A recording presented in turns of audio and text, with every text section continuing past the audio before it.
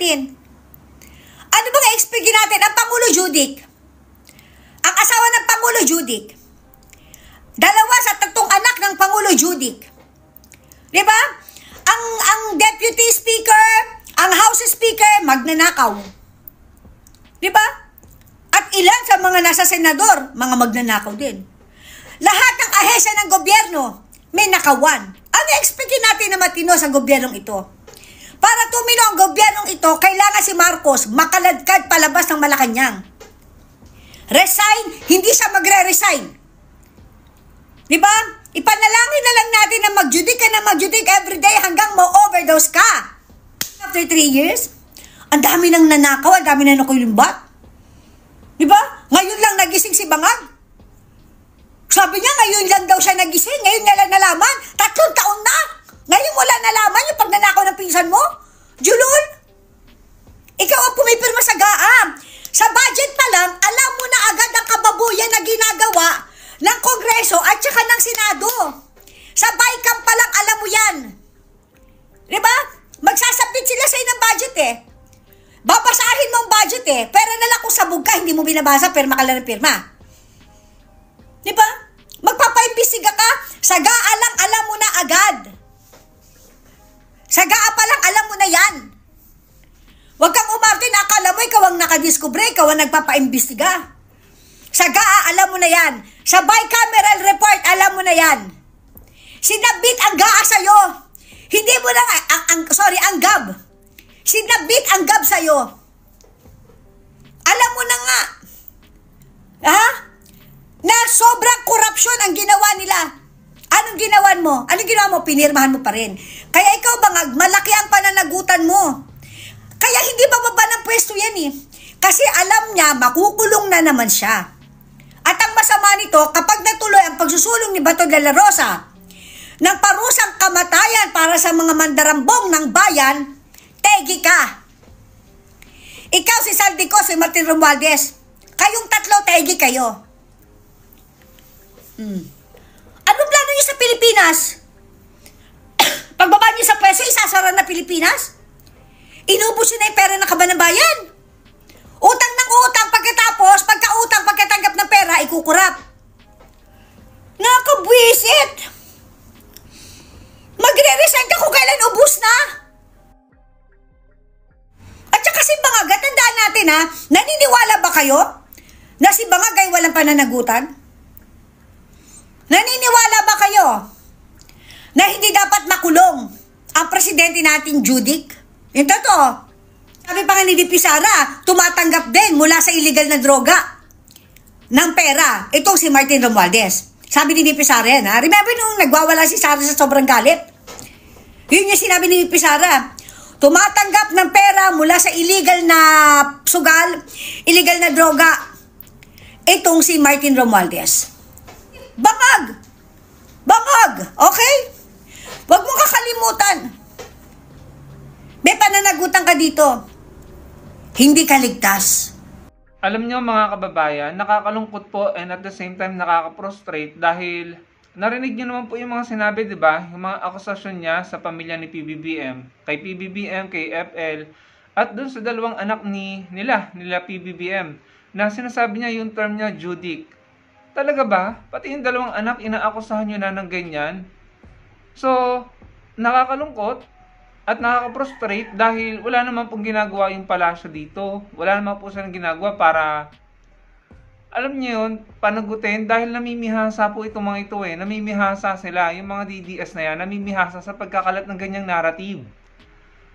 Yung mga akusasyon nila at saka bintang, kapag po yan na mayagpag, paniniwalaan po yan ng mga tao. Wala naman pong pakialam yung mga yan kung totoo or hindi eh. Yung mga sinasabi nila, kapag pinaniwalaan po yan ng mga tao, mananalo po at mananalo yung mga yan dahil sila na yung pinaniniwalaan ng mga tao. Kaya po ako na po prostrate at nalulungkot. Sabi ko parang ano ba naman to? Namimihasa na yung mga DDS na yan. Parang wala namang ginagawa. Hindi po ba? Walang ginagawa para panagutin.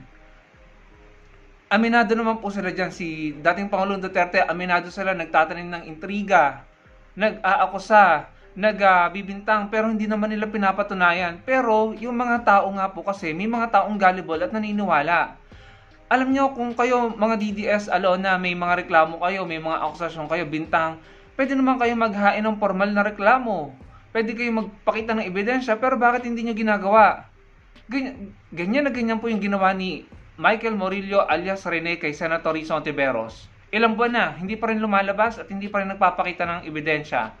Sabi niya, magpapakita siya ng ebidensya, pero nawala na siya. Hindi siya lumabas sa korte, hindi siya nagpunta sa korte, hindi siya sumama sa legal team ni Kibuloy.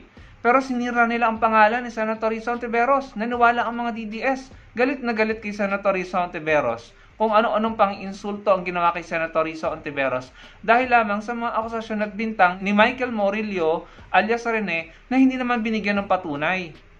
Yun lang po yung goal ng mga yan. Magbintang, mag-akusa, hindi magpapakita ng patunay, gusto lang nilang galitin ang mga tao, ang taong bayan.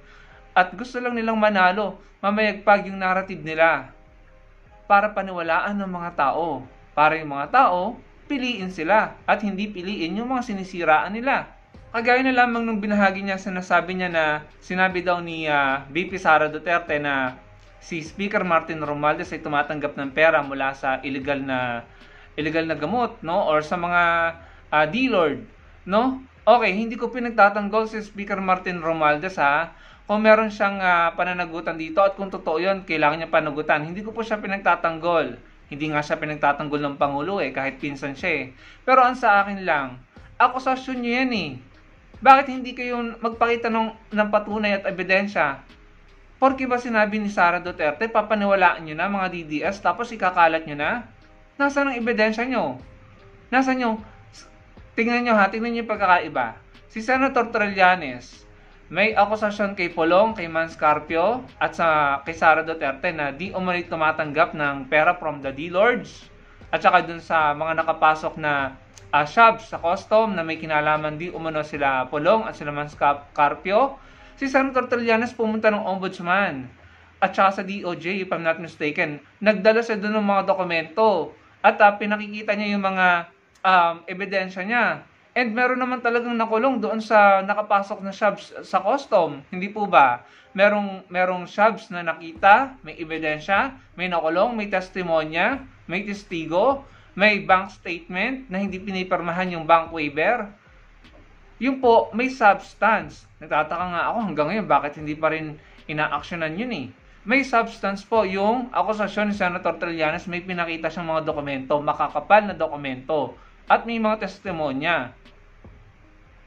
Yun po ay hindi basta akusasyon or bintang. May patunay. Pero itong mga ginagawa nila, pag sinabi ni Sara Duterte na si Speaker Martin daw ay tumatanggap ng pera mula sa mga D-Lord, pinaniwalaan. Hindi na siningil si Sara Duterte, nasan ang patunay? Nasan yung mga dokumento? Nasan yung testimonya ng ibang tao? Kagaya ng ginawa ni Senator Trillanes. Wala, hindi sila naningil ng patunay, ng proof. Ang ginawa nila, pinaniwalaan nila, ikinalat nila. Yan po ang mga DDS. Kapag Duterte nagsalita, kahit walang patunay, papaniwalaan. Kahit aminado pa si Duterte noon na sila'y nagtatanim ng intriga at ebidensya, na sila'y sinasabi, palabanin mo. Parang gumagawa ng parang inuudyoan na gumawa ng mali or illegal, yung krimen, yung isang tao, tapos pag ginawa yung sinasabi na lumaban, iyon, itutumba. Diba? Nakakaumay mga kababayan. Nakakaumay po at nakakapiko nito, nakaka-frustrate dahil hindi naman po pinapanagot ng mga taong ito Ang dami po nila. Yan lang po yung binibigyan ko ng reaction, pero ang dami po nilang gumagawa ng ganyan. Sandamakmak po at sila po ay pinaniniwalaan ng mga tao. At pag pinaniniwalaan sila, yung narrative nilang na mayagpag, sila po ang mananalo. Hindi po ito biro, mga kababayan. Dahil ito na po yung nakikita ko Sa 2028, pag po nakabalik yung mga yan at nanalo sila dahil sila yung pinaniwalaan ng mga tao, gagantihan nila si PBBM. Yung mga akusasyon nila ay PBBM ngayon na hindi sila nagpapakita ng patunay. Gagawin nila yan, i-materialize nila yan, gagawin nila in my opinion, gagawin nila kung anong ginawa nila kay De Lima noon, na pinakulong ng 6 years or 7 years. Tapos nung wala na sila sa pwesto, napatunayan na inosente pala si De Lima. So nakikita ko na kung anong mangyayari kay PBBM, mga kababayan. Ipapakulong nila. Kasi puro akusasyon lang sila, ipapakulong. fabricated or mahahanap ng testigo, kagaya ng ginawa kay De Lima, yung mga testigo, mga convicted D-Lord, nakakulong. So ano to, pwede nilang gawin yan kay PBBM. 'Di ba? Kasi ngayon nga puro sila akusasyon, hindi naman sila nagpapakita ng ebidensya, wala naman silang ginagawa o inihahain na formal na reklamo. So, in my opinion, pwede nilang gawin kay PBBM yung ginawa nila kay De Lima, na ipakukulong, tapos kapag wala na sila sa pwesto, iba na yung nakaupo, malalaman na inosente pala. So, it's up to you. Kasi kami naman, nagpapaliwanag lang kami dito. Pinapaintindi namin sa inyo na mali yung ginagawa nila kung puro akusasyon, tanim intriga, bintang, na walang formal na reklamo, walang pinapakitang ebidensya. Mali yan. And pwede nilang gawin yan kapag po sila nakabalik sa pwesto. Imagine, pati yung mga anak ni President Marcos Jr., na in my opinion, nananahimik naman. Yung dalawa, hindi ko alam kung sinong dalawa yung tinutukoy niya dun sa tatlo. Pero kung yung dalawa na tinutukoy niya ay yung hindi naman involved sa politics, bakit pati yun? Dinadamay nyo. Parang yung mga ginawa nila sa mga anak ni Mayor Lenny noon na kung ano-anong pagmamalain, pang-insulto, pambabastos ang ginawa, pagkakalat ng fake news ang ginawa para lamang siraan yung Robredo sisters sa taong bayan na hindi naman involved sa politics. At the end of the day, kayo po ang bahala dyan mga kababayan. Kami po ay paliwanag lang ng paliwanag, napoprostrate, nalulungkot. Pero syempre hindi tayo titigilan, no? Dahil ang hirap ng kalaban natin Yung narrative po nila talaga, kapag hindi po sinuway or sinalungat, paniniwalaan po yan. Talo po tayo kapag po tayo napagod, no? Pero dapat maging matalino tayo. Again, kung may mga reklamo kayo, Alona, may mga nakikita kayo, may nakikinggan nyo sila Sara Duterte, na ika niya ganito, ganyan, may mga bintang, akusasyon, hingan nyo naman ng proof, hingan nyo ng patunay, hindi lang puro paniniwalaan nyo agad porkit Duterte nagsabi at ikakalat nyo na agad. So, ang lalabas nyo pang-iintriga lang talaga kayo at gusto nyo lang na paniwalaan kayo ng taong bayan sa paninira nyo. Kagaya ng ginawa ni Michael Morillo alias Rene kay Senator Rizon Tiveros, mga kababayan. So, kayo na po ang bahala, no, sa 2028. Kapag po namayagpag ang narrative ng mga yan, makakabalik yung mga yan, mananalo yung mga yan, at magagawa nila ang gusto nilang gawin. Ganun lang po kasimple yun. No? So, kayo po ang bahala dyan. Kami naman, sinasabi lang namin sa palasyo, sa authorities, baka naman pwede yung i-check yung ginagawa nila. At kung mali na yung ginagawa nila, panagutin nyo. Ilang naman po yung sa amin, no? Hindi po kami nagrereklamo pero nag-express kami ng frustration at lungkot dahil ganito tayo na divide ganito na divide yung Pilipinas dahil sa kasinungalingan at fake news na namayagpag noong nakaraang administrasyon. Nagkawatak-watak tayo, nahati tayo, naggalit tayo sa isa't isa. Kaya tayo nasa ganitong sitwasyon ngayon. Hahayaan pa ba natin na kasinungalingan at fake news ang mamayagpag?